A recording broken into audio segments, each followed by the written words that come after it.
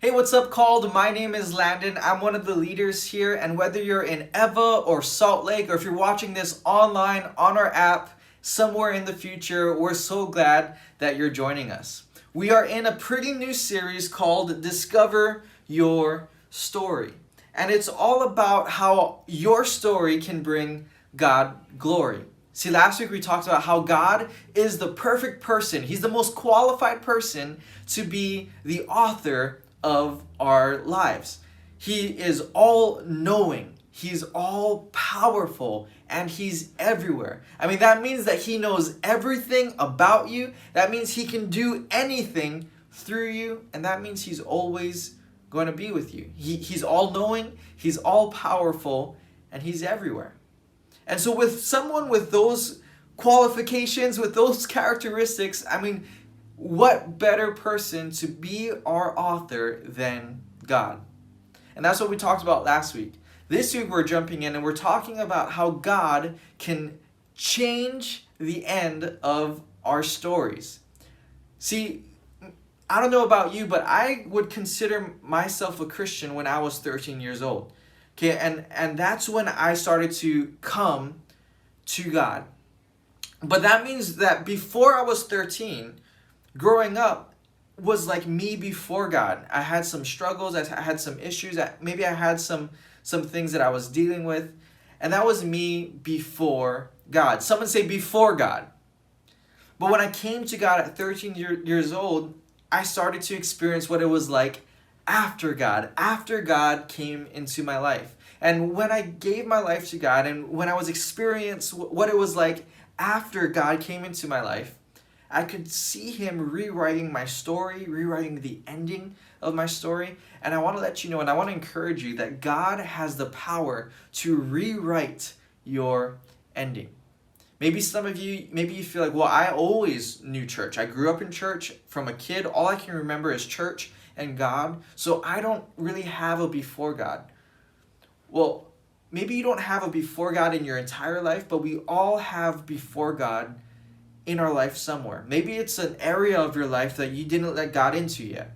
Maybe you are protective of that specific area. Maybe it's something that you're dealing with that no one else sees, that you know that you shouldn't be doing, and you didn't let God into that. That is a before God situation. Okay, maybe it's a friend group that you didn't let God into. It could be anything.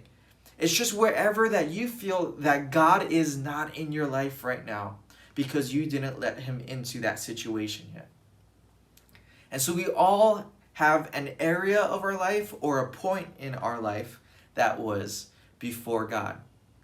But again, the good news is that no matter how much you feel that you messed up or that you screwed up or that God can't use you or your situation, that is the lie from the enemy, because God is powerful, He's all-knowing, and He is everywhere. So He can and He will rewrite your story if you let Him. And so today we're going to be talking about that. We're going to be diving into this couple of verses. It's only 3 verses, and we're going to look at 2 things we can do to allow God to rewrite our ending. And so we're going to just dive right in. We're going to just jump in, and we're going to jump into Hebrews chapter 12, verse 1. It says this. It says, "Therefore, since we are surrounded by such a great cloud of witnesses, let us throw off everything that hinders the sin that so easily entangles. And let us run with perseverance the race marked out for us, fixing our eyes on Jesus, the author and perfecter of our faith. For the joy set before Him, He endured the cross, scorning its shame, and sat down at the right hand of the throne of God. Consider Him who endured such opposition from sinners, so that you will not grow weary and lose heart." Okay, these 3 verses, we're going to look at how God is the beginning and the end of our story, but we're also going to look at 2 things that we can do to make sure God has access to rewrite our ending. But first, let's look at how God is the finisher of our story. It says this in the beginning of verse 2. We read it already, but I just wanted to highlight this. It says that Jesus is the author. Someone say author. He's the author and the perfecter. Someone say perfecter. He's the author and perfecter of faith. He's the author and perfecter of your faith. He's the author and perfecter of my faith. And the cool thing is we can really learn from other translations of the Bible, from the original meanings and definitions of these words. But when we look at those two words, author and perfecter, for the word author, some other Bible translations uses the word founder. And founder just means from the beginning. He started this. He is the author. He's the beginning. He's the beginner of your story. He started your story. He's the author of your story. And then we look at this word perfecter. And in other translations, it says finisher. And that really just shows that God is the finisher of your story. And so if God is the finisher, that means he can rewrite and write your story however he wants to. But the good news is I love that word perfecter, because it just means that he's not just going to write any old ending for you.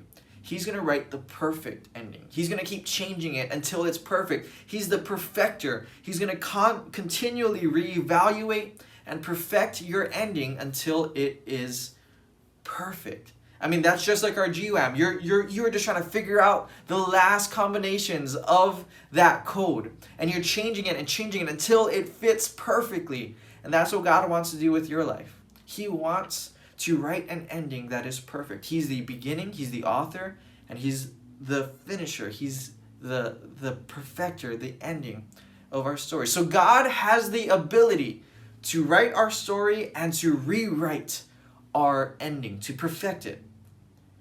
Come on, someone say, God's perfect. Yeah, God's perfect. He's perfect, he's the perfecter, and he is going to perfect our ending. But we need to let him do this. And we see two ways that we can position our lives to allow God to rewrite our ending, to rewrite our story. And it's in the first couple of verses, and we're going to reread it. It says this is, let us throw off. Someone say throw off. Let us throw off everything that hinders and the sin that so easily entangles. I mean, it's really saying throw off anything, any sin that's messing you up.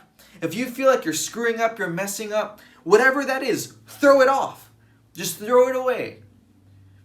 And in a simple way for us to remember this is how I want us to remember this, is simply, we need to let go. Someone say let go. We need to let go. We need to throw off. We need to let it go. We need to let that sin go. And I want to really quickly, I just want to point out that sin isn't always what we think it is. Okay, I think we can all agree that, killing someone, that's a sin, that's bad, we shouldn't do that. Stealing, that's a sin, that's bad, we shouldn't do that. We look at lying, that's a sin, it's bad, we shouldn't do that. But then we look at friends. Is that a sin? Well, I mean, it's just friends, right? Or we look at our job, or maybe the hobbies that we like to play. Is that a sin? I mean, it's not really a sin. It's not wrong. I want to challenge you. Can we just kind of redefine sin? Can we change our perspective that sin isn't necessarily anything that's just wrong, but sin is anything that separates us from God. It's anything that stands in the way of our relationship with God, with our standing in the presence of God. That we need to throw off, let go, anything that is separating us from God. We need to let go. Someone say let go. But we also need to do this. It continues and it says, and let us run with perseverance the race marked out for us, fixing our eyes on Jesus. And fixing our eyes on Jesus. Someone say, fix your eyes on Jesus. That's right, fix your eyes on Jesus. We need to let go. And we also need to fix our eyes on Jesus. See, again, when we're looking at the true definition of what fixing your eyes look like? I think some of us, we kind of just read over that and we just think, well, that means we just need to look toward, or we need to kind of glance at. We need to fix our eyes on Jesus, and then we can continue doing what we're doing. But that's not the definition. If we go back to the original language, the original definition for this statement, fixing your eyes on Jesus, it was really a Greek verb that meant turning from whatever you're looking at and completely focus on Jesus. That means that you're going to turn from whatever you're focused at and change your focus to be on Jesus. And that it's locked in. You shouldn't be moving it. You should just be locked in on Jesus. We need to fix our eyes on Jesus. So we need to let go. And for us to remember fixing our eyes on Jesus, we're going to put it this way. We need to let God. Someone say, let God. We need to let go anything that's separating us from God. And then we need to let God. We need to let God do what only God can do. We need to let God rewrite our story. We got to let go, and we need to let God. I want to tell a real quick story about something pretty recent, and I'm going to do this pretty visually. I just got back, just got back from a trip to North Carolina. Okay, a lot of times when I say that, people's like, well, why did you go to North Carolina? There was a reason. We were there for a church conference, and it was awesome. Someone say awesome. It was awesome. I mean, I learned so much from this conference. It was so refreshing, and it was great. But something that wasn't awesome was how we got there. Okay, I mean, living in Hawaii, I mean, pretty much the only form of transportation, if we want to go from here to the mainland in one day, is through what is this?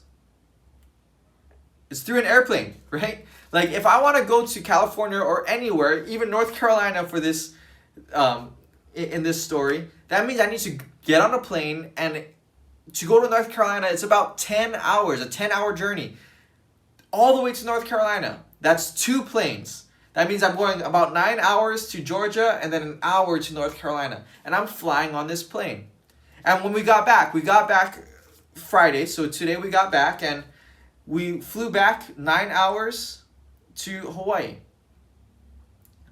And the transportation method, man, if there was any other way, I would probably take it. Like if I could just teleport, I would rather teleport than go on a plane. Because this method, it's uncomfortable. I mean, you have people on the side of you, people snoring, you have people eating. We had movies for free that we could play on the screens, but the screens weren't working. And it was a terrible travel experience. And we're flying on this plane. And although the traveling wasn't the most fun, it wasn't the most enjoyable, when we got to our destinations, it was so worth it. Man, North Carolina was awesome. The conference was awesome that I forgot about the terrible plane ride. But then we flew back and I'm like, oh, this is the worst. I don't like flying on planes. This is the worst. Then we land here in Hawaii and I forget about all that because, man, Hawaii is beautiful. This is home. And the transportation system didn't matter because of the beauty of the destination. And God has a destination for you and I that's more beautiful than Hawaii. That's going to be more awesome than any church conference. And this destination for you and I is heaven. But we can't get to heaven on an airplane. We can never fly up high enough to get to heaven. We can't get to heaven on a car or a train. But God will take what we have and God will give us what we need. And although we can't get to heaven on an airplane, God does give us something. God does give us a transportation to heaven. And this transportation to heaven was through His Son and was through the cross. And I can just imagine that Jesus didn't like this transportation system. That Jesus probably, I'm sure that this was uncomfortable, that this was not enjoyable, but when He got to heaven, when He got to the destination, and when He saw what He did for all of us, man, He was saying it's so worth it. And when we want to let go and let God, what we're saying is, God, I accept your transportation system. God, what Jesus did on the cross, that was enough. And thank you for that. And what we're saying is we're going to go to the cross. And when we go to the cross, we can never leave the cross the same. See, we're going to go into this little activity in small groups right now. And it's called the cardboard story. And although we're not going to use cardboard for this activity, it's usually done through cardboard, but all it is on one side of the paper, you're going to write where you were before God. And on the other side, you're going to write where you were or where you want to be after God, after you let God into your life, after you accept this transportation system of the cross. And to show you an example, I'm going to show you my cardboard story, my paper story. And it could be a phrase, it could be one word, it could be a sentence, but this is my cardboard story. This was me before God and me after God. Me before God was that I felt like I was in need of control. I needed to know where I was going, what I was doing. I needed to be in control. But me after God, when I gave my life to God, I surrendered to calling. I let go of God. I let go of my own desires and I let God. I grabbed on to God. I let go of control and I grabbed on to calling and I grabbed on to God. I let go and I let God. And what we want to do tonight is we want to hear and see your cardboard story. And so on one side, just write where you were before God or where you are now. Maybe you're still before God, where you are now. And on the other side, write where you are after God or where you want to be. But your house party leader is going to come up and give you more direction for that. But just know that I'll be praying for you and I'll be really cheering you on from the sideline as you let go and you let God. God bless you.